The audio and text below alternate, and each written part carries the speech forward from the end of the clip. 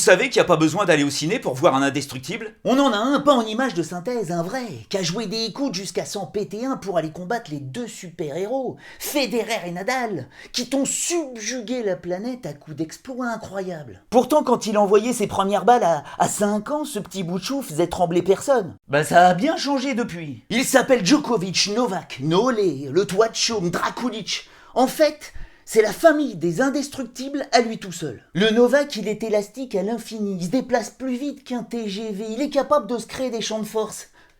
Il résiste à tout. À 11 ans, il résiste à la guerre du Kosovo, au couvre-feu, au hurlement des sirènes, aux avions qui viennent bombarder sa montagne, la montagne Kopaonik. À 13 ans, il résiste à un exil qui va durer 4 ans dans une académie de tennis au fin fond de la Bavière en Allemagne. À 19 ans, il résiste au mépris des autres acteurs du circuit qui détestaient ses imitations. Des imitations qui n'avaient pour but que de séduire pour faire oublier la mauvaise image que le monde entier avait des Serbes. Il résiste aussi à un corps qui le trahit jusqu'en 2010 et qu'il façonne à coups d'entraînement et de régime pour en faire une peau blindée. Et surtout, il a résisté à Pepe Imaz, le gourou de l'amour, qui pendant 3 ans a phagocyté le mental du Serbe jusqu'à le liquéfier. Alors que ce cétère soyeux de l'inutile est au spirituel, ce que le détritus est à la poubelle. Juste bon acheter. Résultat de 2011 à Roland-Garros 2016.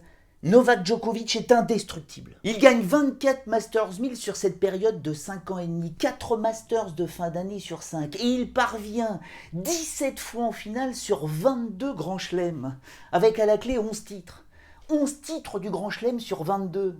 1 sur 2. Et il s'arrête pas là, encore plus fort. Après sa victoire à Roland-Garros il y a 2 ans, il devient le seul à gagner les 4 titres du Grand Chelem d'affilée depuis 1969. 69.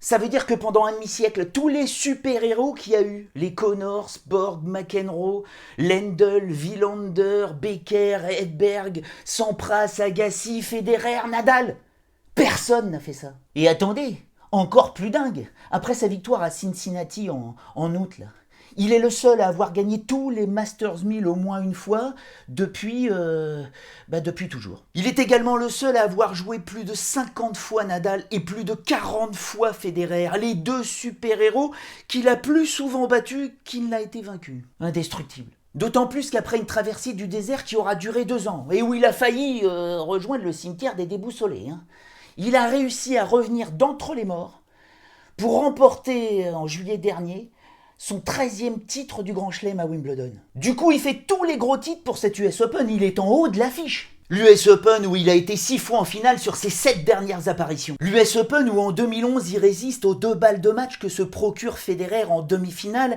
avant d'aller battre Nadal pour le titre.